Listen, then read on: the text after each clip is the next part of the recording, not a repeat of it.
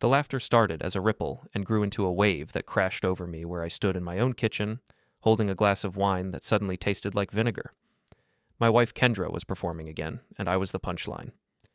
"You want to know the truth about marriage?" she announced to our packed living room, her voice carrying that particular pitch it gets when she's had 3 glasses of Pinot Grigio and thinks she's being profound. "Sometimes you marry for love, and sometimes you marry for stability.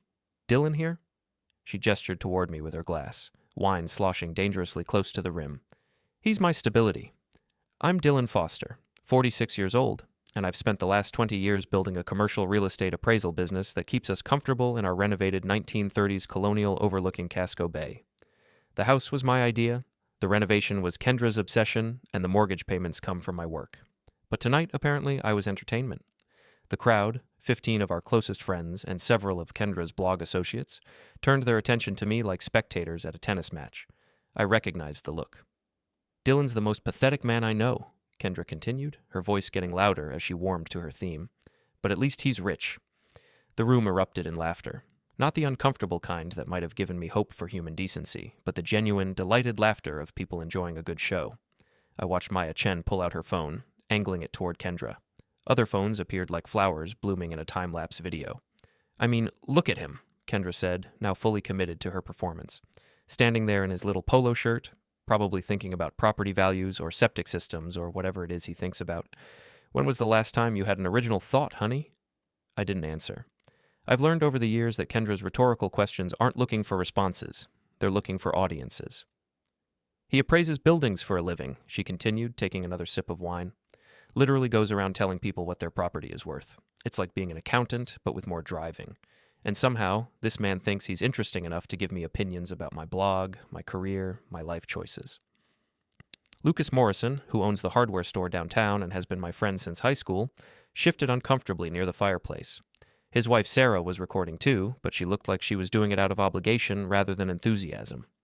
"The blog that I built," Kendra said, pointing to herself with both hands. "The blog that has 23,000 followers and partnerships with 6 major lifestyle brands.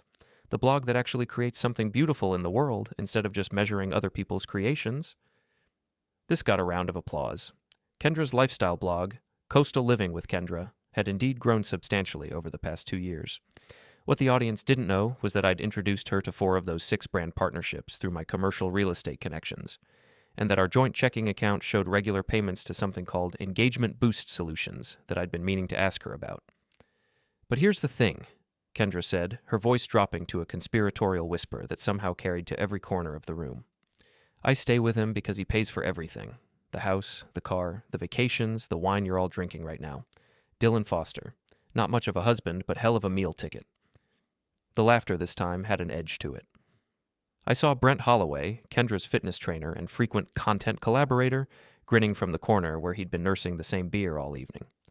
Brent was 38, looked 28, and had the kind of casual confidence that comes from never having to worry about mortgage payments or property taxes or any of the mundane realities that keep the world functioning. "At least he's rich," Kendra repeated, raising her glass in a mock toast. "At least he's rich." The crowd took up the chant. "At least he's rich. At least he's rich." I stood there, watching my wife perform my humiliation for social media, and felt something cold and clear settle in my chest. Not anger. Anger would have been hot and immediate and ultimately useless. This was something else. This was the feeling I get when I walk through a property and notice that the foundation has shifted, that the structure everyone assumes is solid has actually been compromised for months or years, and that what looks like a small crack in the basement wall is actually the visible sign of a catastrophic failure. Maya was definitely recording now, holding her phone steady with the practiced ease of someone who documents everything for content. I could see the little red dot that meant she was live streaming to her Instagram followers. Kendra's humiliation of her husband was being broadcast in real time to hundreds of people. "Dylan," Kendra called out, finally addressing me directly. "Say something. Defend yourself. Tell everyone about your fascinating work in commercial property assessment." I looked at her, really looked at her, for what felt like the first time in months. Kendra was 41, still beautiful in the carefully maintained way of women who understand that their appearance is part of their professional brand. Her blonde hair was perfectly styled, her makeup flawless despite the wine, her outfit chosen to photograph well in our carefully curated living room. She looked like success.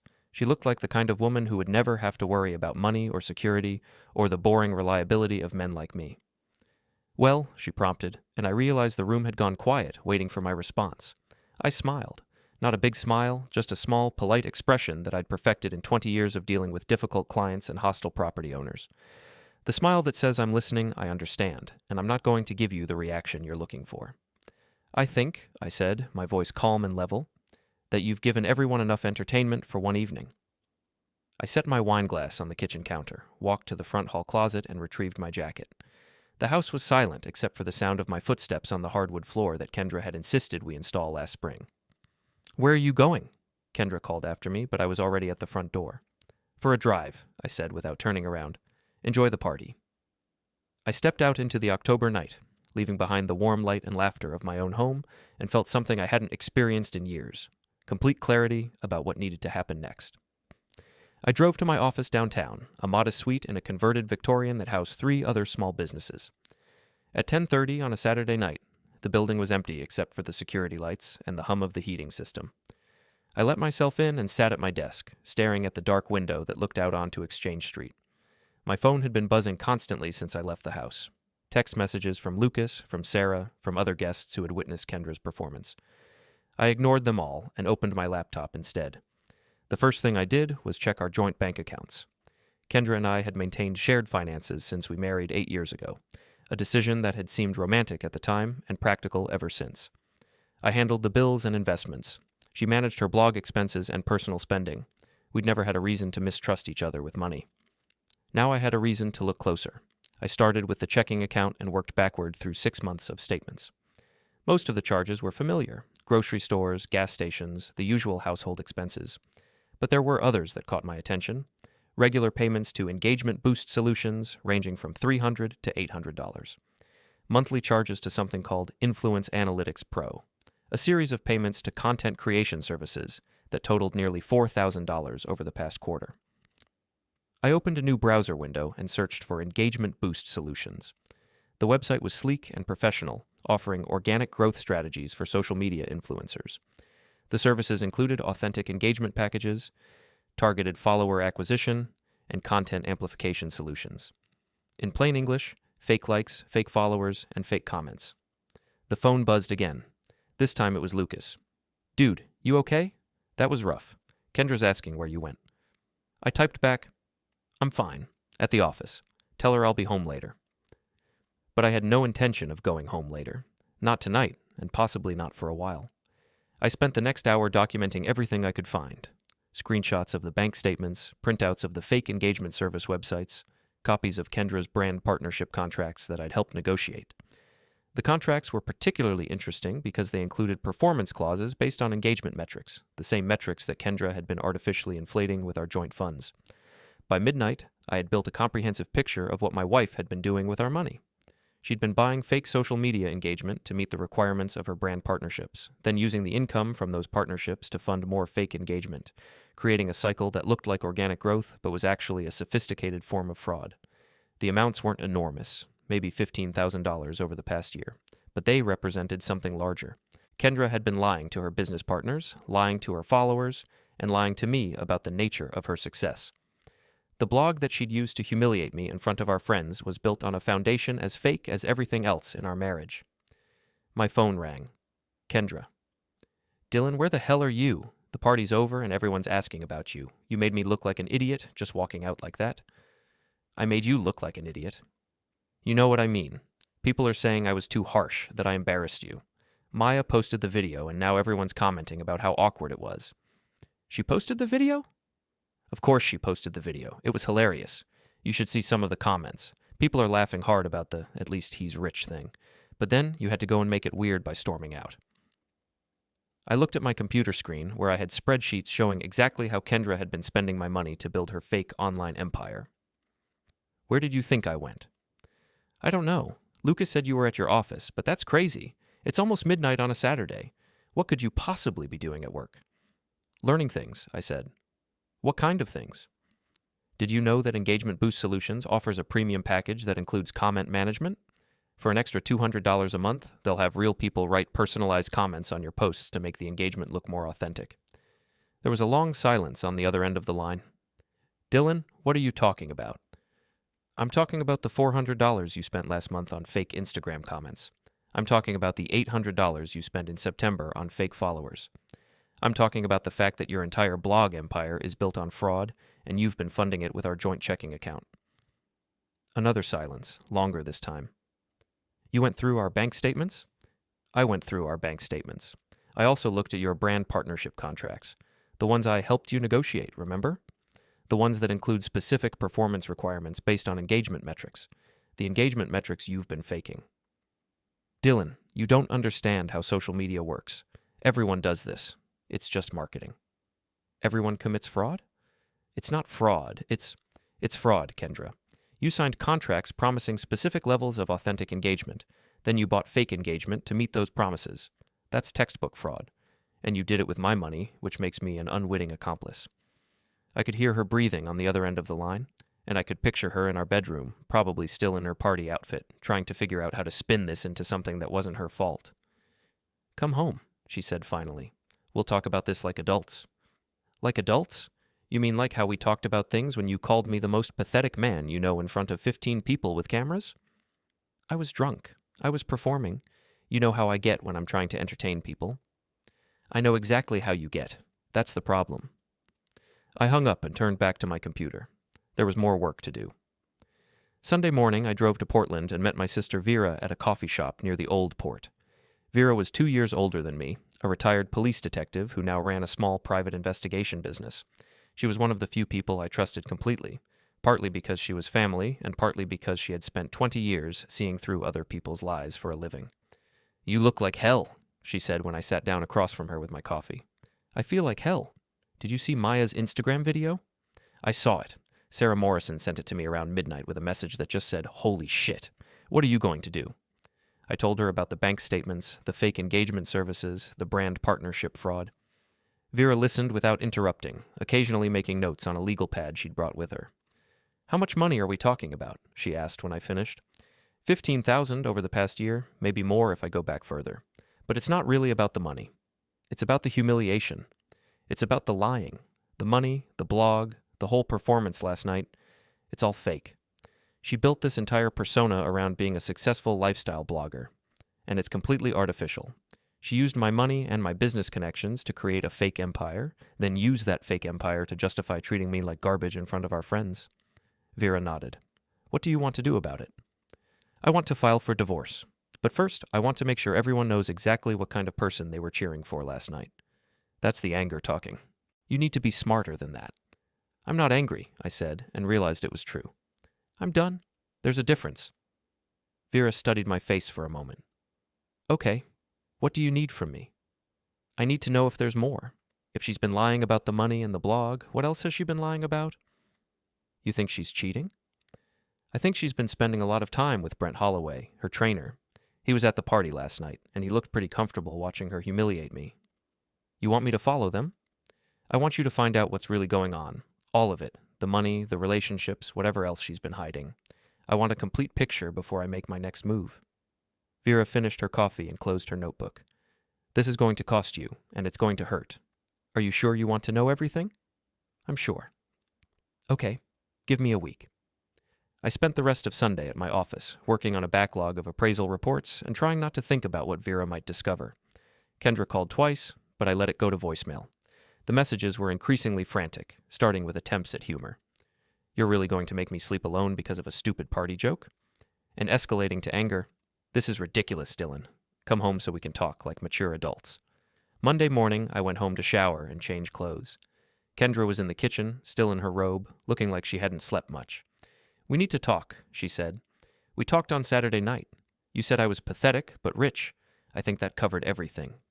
I was drunk. I was showing off. You know I didn't mean it. Which part didn't you mean? The pathetic part or the rich part?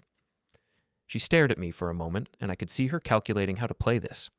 Kendra was smart, smarter than me in a lot of ways, and she was used to being able to talk her way out of problems. I mean, I didn't mean to hurt you. I was trying to be funny, trying to entertain people. It got out of hand. It got posted on social media. Maya live-streamed it to her followers. It's not a private joke anymore, Kendra. It's public humiliation, and it's permanent. I'll talk to Maya. I'll ask her to take it down. It's too late for that. It's been shared and copied and screenshot. You can't unring that bell. She sat down at the kitchen table, and for the first time since I'd known her, Kendra looked genuinely scared. "What do you want me to do?" she asked. "I want you to tell me about engagement boost solutions." Her face went pale. "What about it?" "I want you to tell me how long you've been buying fake followers and fake engagement. I want you to tell me how much of our money you've spent on it. And I want you to tell me what your brand partners are going to think when they find out their lifestyle influencer has been lying to them about her metrics." "Dylan, please. You don't understand how competitive this industry is. Everyone does this kind of thing. If I don't boost my numbers, I can't compete with people who do." "So you admit you've been committing fraud?" "I admit I've been marketing myself. There's a difference. Not to your brand partners, not to the IRS, and not to me." I poured myself a cup of coffee and sat down across from her. "Here's what's going to happen. I'm going to finish documenting everything you've done with our joint accounts. Then I'm going to contact a divorce lawyer. Then I'm going to send a very detailed email to every brand you've ever partnered with, explaining exactly how you've been inflating your engagement metrics. You can't do that. You'll ruin me. You ruined yourself. I'm just going to make sure everyone knows about it." Kendra started crying then. Not the pretty, delicate tears she used when she wanted sympathy, but the ugly, desperate crying of someone who realizes they're about to lose everything. "Please," she said. "I'm sorry about Saturday night. I'm sorry about the money. I'll pay it all back. I'll shut down the blog if you want. Just don't destroy my life over this." "You should have thought about that before you decided to destroy mine." I finished my coffee, grabbed a suitcase from the bedroom, and packed enough clothes for a week. Kendra followed me around the house, alternating between apologies and threats, but I ignored her completely. As I was loading the suitcase into my car, she played her final card. "If you do this, you'll lose all our friends.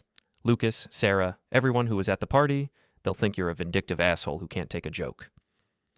I looked at her standing in the doorway of our house, still in her robe, mascara streaked down her cheeks, and felt nothing but pity. "They already think I'm pathetic," I said. "At least this way, they'll know you're a fraud." By Wednesday, Vera had preliminary results. "She's definitely sleeping with the trainer," she said, sliding a manila folder across the table at the same coffee shop where we'd met 3 days earlier. "I've got photos of them going into his apartment Tuesday afternoon and not coming out for 3 hours. I've got video of them at a restaurant in Freeport last week, holding hands and kissing. And I've got text messages." "Text messages?" "Brent's not very smart about digital security.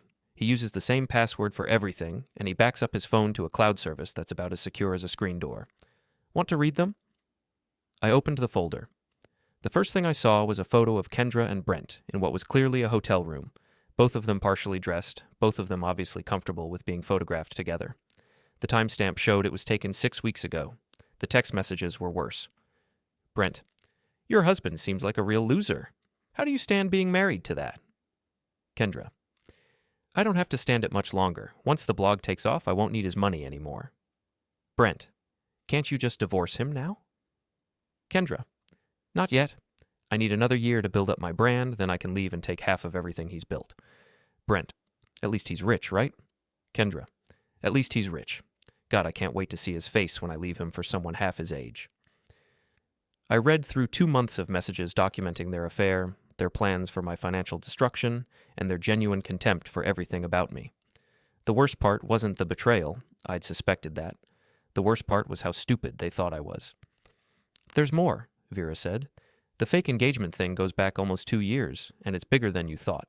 She spent over $30,000 of your money on fake metrics, and she's been doing sponsored posts without disclosing the artificial inflation, which violates FTC guidelines." "Meaning?" "Meaning she could face federal charges if the right people find out about it."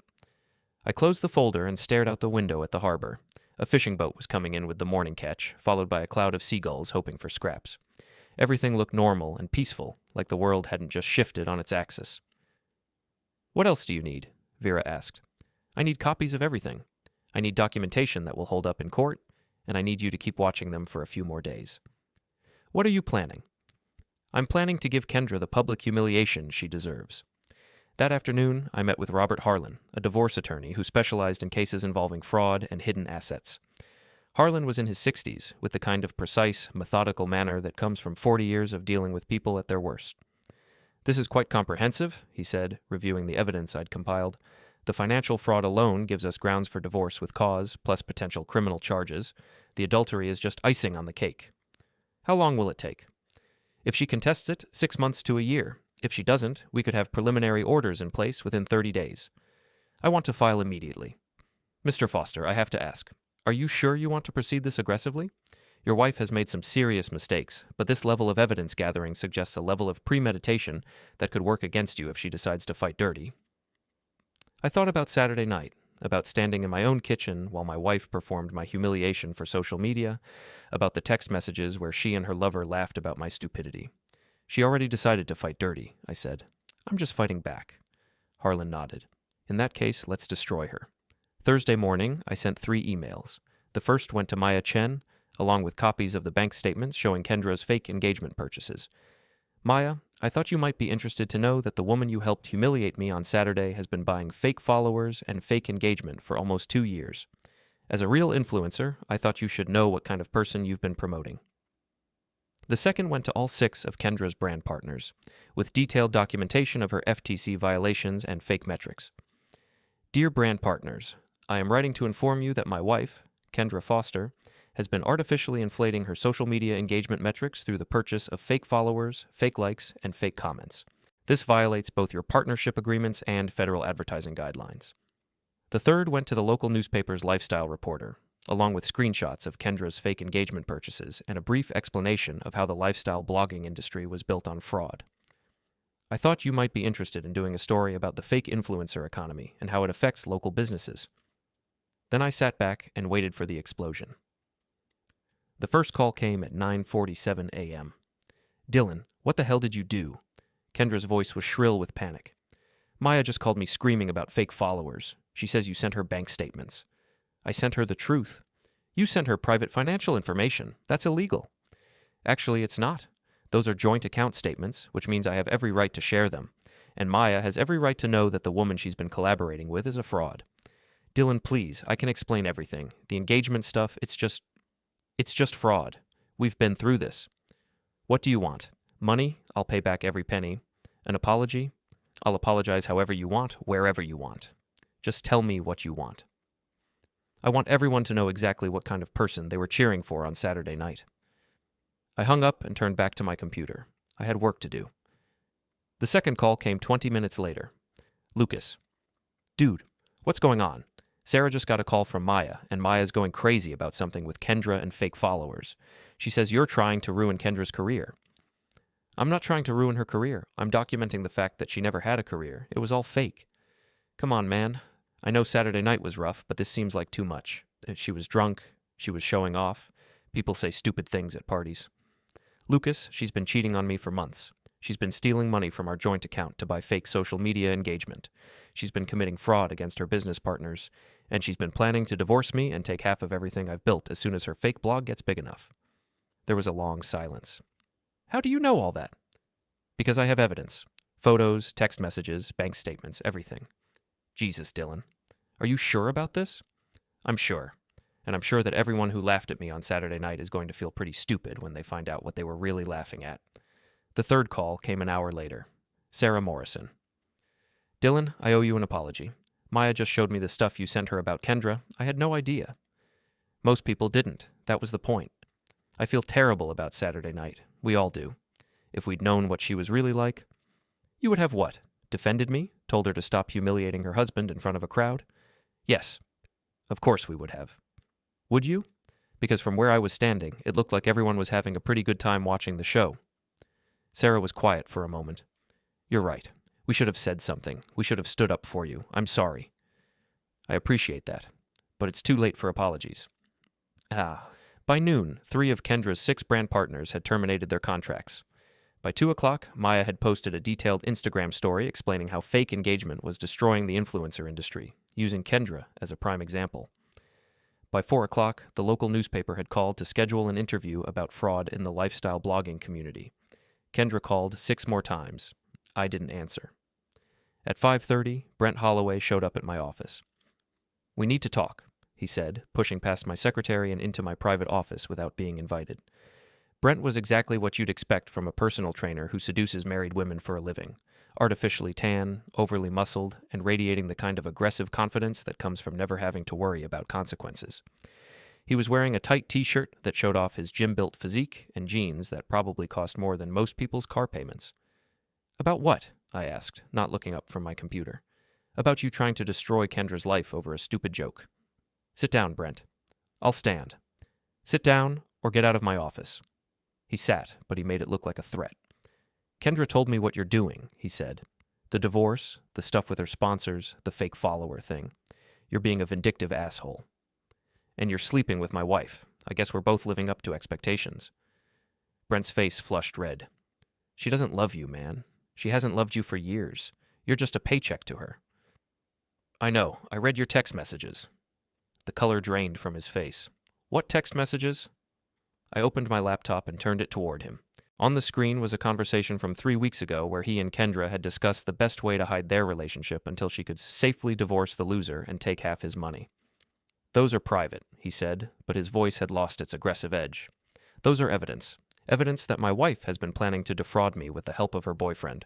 Evidence that both of you think I'm too stupid to figure out what's happening in my own marriage." Brent stared at the screen for a long moment, then looked back at me. "What do you want?" "I want you to understand that I'm not the pathetic loser you and Kendra thought I was. I'm the man who built a successful business, who owns a house worth $400,000, who has investments and savings and the kind of financial stability that people like you will never understand. People like me? People who think that being good-looking and charming is the same thing as being smart. People who think that other people's money is theirs for the taking. People who mistake kindness for weakness and mistake patience for stupidity." I closed the laptop and leaned back in my chair. "Here's what's going to happen, Brent. You're going to stay away from my wife. You're going to stay away from me. And you're going to hope that I don't decide to send copies of your text messages to your employer, because I'm pretty sure that fitness centers frown on trainers who seduce married clients." "You can't prove anything." "I can prove everything. Photos, messages, hotel receipts that Kendra paid for with our joint credit card.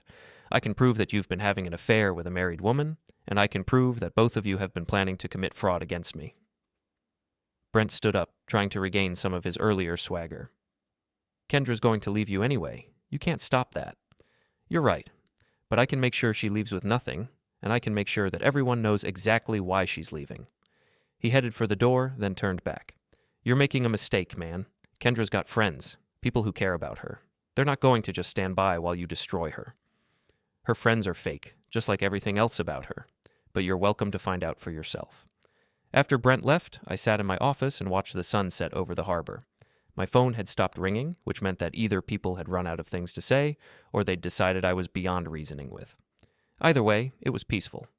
I thought about Saturday night, about standing in my kitchen while my wife performed my humiliation for an audience of people I'd considered friends. I thought about the laughter, the phones, the casual cruelty of people who thought they were watching harmless entertainment. Most of all, I thought about how good it felt to finally stop being the punchline. Friday morning, the newspaper article came out. "Local blogger accused of fraud in fake follower scheme," was the headline, accompanied by a photo of Kendra from her blog's About page. The article detailed everything: the fake engagement purchases, the brand partnership violations, the FTC guideline violations, and the potential criminal charges she might face. The reporter had done her homework. She'd contacted the fake engagement services and confirmed that someone using Kendra's name and credit card information had purchased thousands of dollars worth of artificial metrics. She'd spoken with social media experts who explained how the fake influencer economy was damaging legitimate content creators. And she'd gotten quotes from 2 of Kendra's former brand partners expressing their disappointment and anger at being deceived. The article was fair, factual, and completely devastating. By 10 o'clock, Kendra's remaining brand partners had terminated their contracts. By noon, her Instagram account had lost 3,000 followers as people realized they'd been following a fraud. By 2 o'clock, Maya had unfriended her on all social media platforms and posted a statement distancing herself from influencers who deceive their audiences and damage the credibility of legitimate content creators. At 3 o'clock, Kendra showed up at my office. She looked terrible. Her hair was unwashed, her makeup was smeared, and she was wearing the same clothes she'd had on the day before. She looked like someone who hadn't slept in a week and had been crying for most of that time. "You won," she said, sitting down in the chair that Brent had occupied the day before. "Are you happy now?" "I'm satisfied. My blog is finished. My brand partnerships are gone. My friends won't return my calls. The newspaper made me look like a criminal, You are a criminal. Fraud is a crime. I never meant for it to go this far. The fake followers, it started small, just a few hundred to make my numbers look better, but then I needed more to keep up, and then I needed more to meet the partnership requirements, and it just snowballed. What about Brent? What about him? Are you still planning to run away together once you take half of my money? Kendra's face crumpled. Brent broke up with me yesterday. He said I was too much drama, and he didn't want to be associated with a scandal. So your boyfriend dumped you when things got difficult. I'm shocked. Don't be cruel, Dylan. You've already destroyed everything I worked for. Everything you worked for was fake. The followers were fake, the engagement was fake, the brand partnerships were built on lies, and the boyfriend was using you for money and closeness. I didn't destroy your work. I revealed that there was never any work to destroy. She sat in silence for a moment, staring at her hands. What happens now? She asked. Now you sign the divorce papers. You agree to a settlement that gives you nothing except what you brought into the marriage. You move out of my house, and you hope that none of your former brand partners decide to pursue criminal charges. I don't have anywhere to go. That's not my problem. Dylan, please. I know I hurt you. I know I made mistakes. But we were married for 8 years. That has to count for something. I looked at her sitting there, this woman who had stood in our kitchen 5 days ago and performed my humiliation for social media, who had been planning to divorce me and take half of everything I'd built, who had been laughing about my stupidity with her boyfriend for months. It does count for something, I said. It counts as 8 years of my life that I'll never get back. Kendra started crying again, but I felt nothing. No sympathy, no regret, no second thoughts about what I'd done. She had made her choices, and now she was living with the consequences. The divorce papers are on my lawyer's desk, I said. You can sign them voluntarily, or we can go to court and let a judge decide how much of our dirty laundry gets aired in public. But either way, this marriage is over. She signed the papers that afternoon. 6 months later, I hosted a small dinner party at my house. Just 8 people, Vera and her husband, Lucas and Sarah, 2 couples from my real estate network, and my new girlfriend, Jennifer, a commercial architect I'd met through work. The house felt different with Kendra gone. Lighter, somehow.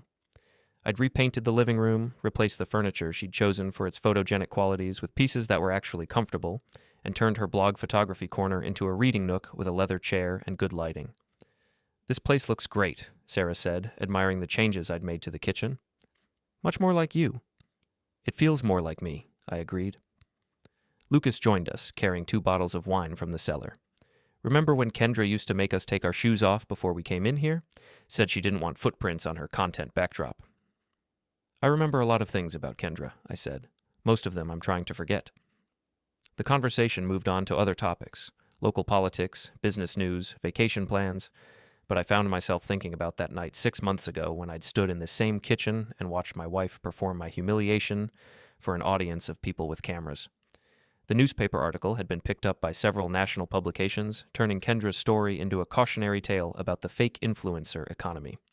She'd become a minor internet celebrity for all the wrong reasons, her name synonymous with the kind of deception that was destroying trust in social media.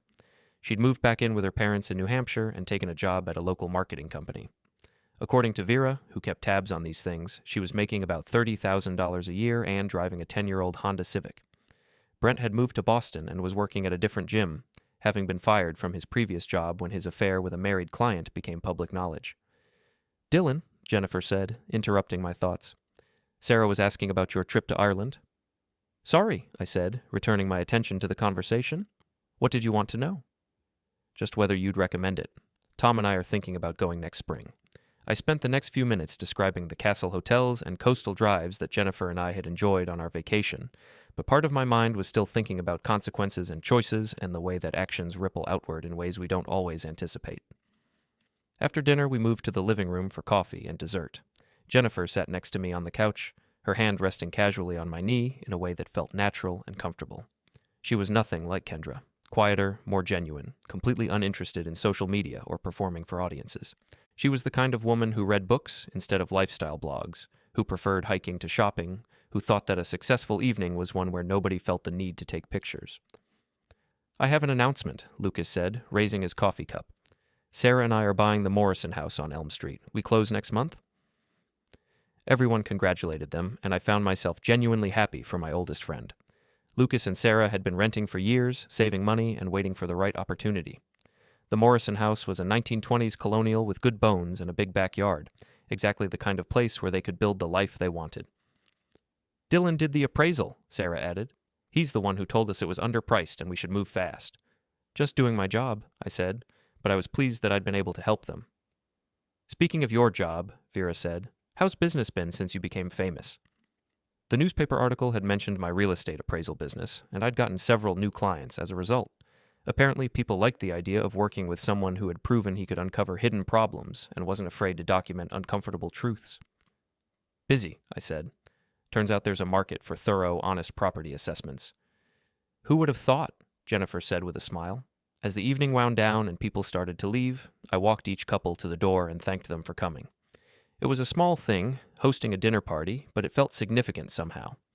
For the first time in years, I was entertaining people in my own home without worrying about how it would look on social media, without someone performing for an audience, without the underlying tension that had characterized so many of Kendra's events. Jennifer stayed to help me clean up, working efficiently alongside me in the kitchen as we washed dishes and put away leftovers. "That was nice," she said, drying the last wine glass. "Your friends are good people." "They are. It took me a while to figure out who my real friends were, but the ones who are left are worth keeping." "What happened to the ones who didn't make the cut?" I thought about Maya, who had tried to apologize after the newspaper article came out, claiming she'd been caught up in the moment and hadn't meant to hurt me. I thought about the other party guests who had sent awkward text messages expressing their regret about how things had turned out, as if my wife's public humiliation of me had been some kind of natural disaster that nobody could have prevented. "They revealed themselves," I said, "and I decided I didn't need people in my life who think other people's pain is entertainment." Jennifer nodded. "That's probably for the best." We finished cleaning and moved back to the living room, where Jennifer curled up next to me on the couch. The house was quiet, except for the sound of the wind in the trees outside and the distant murmur of waves against the rocky shore. "Do you ever regret it?" she asked. "What you did to Kendra?" It was a question I'd asked myself many times over the past 6 months. Did I regret exposing her fraud? Did I regret destroying her fake career? Did I regret the public humiliation that had followed? "No," I said, and meant it. She made her choices. She chose to humiliate me in public. She chose to steal money from our joint accounts. She chose to commit fraud against her business partners, and she chose to plan my financial destruction with her boyfriend. I just made sure that everyone knew what those choices really were. But it must have been hard, being that ruthless. It wasn't ruthless. It was just thorough. I spent 20 years building a business based on honest assessment of property values. When I found out that my wife was a liar and a fraud, I assessed her the same way I'd assess a house with foundation problems.